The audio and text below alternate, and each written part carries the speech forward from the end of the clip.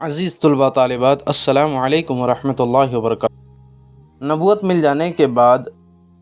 9 برس تک نبی اکرم صلی اللہ علیہ وسلم مکہ مکرمہ میں تبلیغ فرماتے رہیں اور قوم کی ہدایت اور اصلاح کی کوشش فرماتے رہیں، لیکن تھوڑی سی جماعت کے سوا جو مسلمان ہو گئی تھی اور تھوڑے سے ایسے لوگوں کے علاوہ جو باوجود مسلمان نہ ہونے کے آپ کی مدد کرتے، اکثر کفار مکہ آپ کو اور آپ کے صحابہ کو ہر طرح کی تکلیفیں پہنچاتے تھے، مذاق اڑاتے تھے اور جو ہو سکتا تھا اس سے درگزر نہ کرتے تھے۔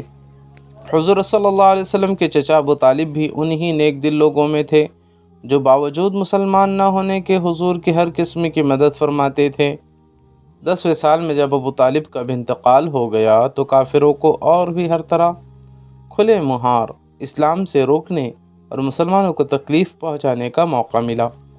حضور اقدس صلی اللہ علیہ وسلم اس خیال سے طائف تشریف لے گئے کہ وہاں قبیلہ ثقیف کی بڑی جماعت ہے، اگر وہ قبیلہ مسلمان ہو جائے تو مسلمانوں کو ان تکلیفوں سے نجات ملے اور دین کے پھیلنے کی بنیاد پڑ جائے۔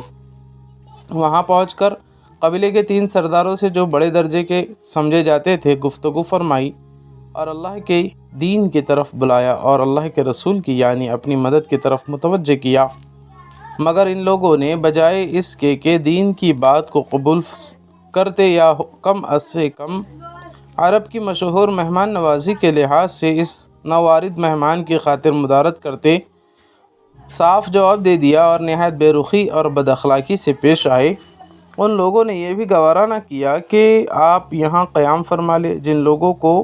سردار سمجھ کر بات کی تھی کہ وہ شریف ہوگے اور مہذب گفتگو کرے گے، ان میں سے ایک شخص بولا کہ اوہو، آپ ہی کو اللہ نے نبی بنا کر بھیجا ہے۔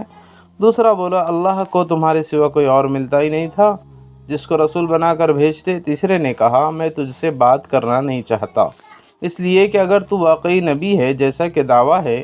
تو تیری بات سے انکار کر دینا مصیبت سے خالی نہیں، اور اگر جھوٹ ہے تو میں ایسے شخص سے بات کرنا نہیں چاہتا۔ اس کے بعد ان لوگوں سے نا امید ہو کر حضور اکرم صلی اللہ علیہ وسلم نے اور لوگوں سے بات کرنے کا ارادہ فرمایا کہ آپ تو ہمت اور استقلال کے پہاڑ تھے، مگر کسی نے بھی قبول نہیں کیا، بلکہ بجائے قبول کرنے کے حضور صلی اللہ علیہ وسلم سے کہا کہ ہمارے شہر سے فوراً نکل جاؤ اور جہاں تمہاری چاہت کی جگہ ہو وہاں چلے جاؤ۔ حضور اکرم صلی اللہ علیہ وسلم ان سے بالکل مایوس ہو کر واپس ہونے لگے تو ان لوگوں نے شہر کے لڑکوں کو پیچھے لگا دیا کہ آپ کا مذاق اڑائے، تالیاں پیٹے، پتھر مارے، حتیٰ کہ آپ کے دونوں جوتے خون کے جاری ہونے سے رنگین ہو گئے۔ حضور صلی اللہ علیہ وسلم اسی حالت میں واپس ہوئے۔ جب راستے میں ایک جگہ شریروں سے اطمینان ہوا تو حضور نے یہ دعا مانگی، اے اللہ، تجھی سے شکایت کرتا ہوں میں اپنی کمزوری اور بے کسی کی اور لوگوں میں ذلت و رسوائی کی۔ اے ارحم الراحمین، تو ہی ضعفاء کا رب ہے اور تو ہی میرا پروردگار ہے۔ تو مجھے کس کے حوالے کرتا ہے؟ کسی اجنبی بیگانے کے جو مجھے دیکھ کر تر شروع ہوتا ہے اور منہ چڑھاتا ہے، یا کسی دشمن کے جس کو تو نے مجھ پر قابو دے دیا؟ اے اللہ، اگر تو مجھ سے ناراض نہیں ہے تو مجھے کسی کی بھی پرواہ نہیں ہے۔ تیری حفاظت مجھے کافی ہے۔ میں تیرے چہرے کے اس نور کے طفیل جس سے تمام اندھیریاں روشن ہو گئی اور جس سے دنیا اور آخرت کے سارے کام درست ہو جاتے ہیں، اس بات سے پناہ مانگتا ہوں کہ مجھ پر تیرا غصہ ہو یا تو مجھ سے ناراض ہو۔ تیری ناراضگی کا اس وقت تک دور کرنا ضروری ہے جب تک تو راضی نہ ہو۔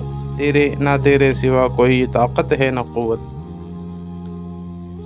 مالک الملک کی شان قہری کو اس پر جوشانہ ہی تھا کہ حضرت جبرائیل علیہ السلام نے آ کر سلام کیا اور عرض کیا کہ اللہ تعالیٰ نے آپ کی قوم کی وہ گفتگو جو آپ سے ہوئی سنی اور ان کے جوابات سنے، اور ایک فرشتے کو جس کے متعلق پہاڑوں کی خدمت ہے آپ کے پاس بھیجا ہے کہ آپ جو چاہیں اس کو حکم دے۔ اس کے بعد اس فرشتے نے سلام کیا اور عرض کیا کہ جو ارشاد ہو میں اس کی تعمیل کروں، اگر ارشاد ہو تو دونوں جانب کے پہاڑوں کو ملا دوں جس سے یہ سب درمیان میں کچل جائے، یا اور جو سزا آپ تجویز فرمائیں۔ حضور صلی اللہ علیہ وسلم کے رحیم و کریم ذات نے جواب دیا کہ میں اللہ تعالیٰ سے اس کی امید رکھتا ہوں کہ اگر یہ مسلمان نہیں ہوئے تو ان کی اولاد میں سے ایسے لوگ پیدا ہوں جو اللہ کی پرستش کرے اور اس کی عبادت کرے۔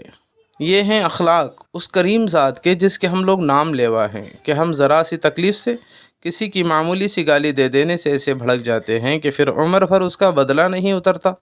ظلم پر ظلم اس پر کرتے رہتے ہیں اور دعویٰ کرتے ہیں اپنے محمدی ہونے کا، نبی کے پیرو بننے کا۔ نبی کریم صلی اللہ علیہ وسلم اتنی سخت تکلیف اور مشقت اٹھانے کے باوجود نہ بد دعا فرماتے ہیں نہ کوئی بدلہ لیتے۔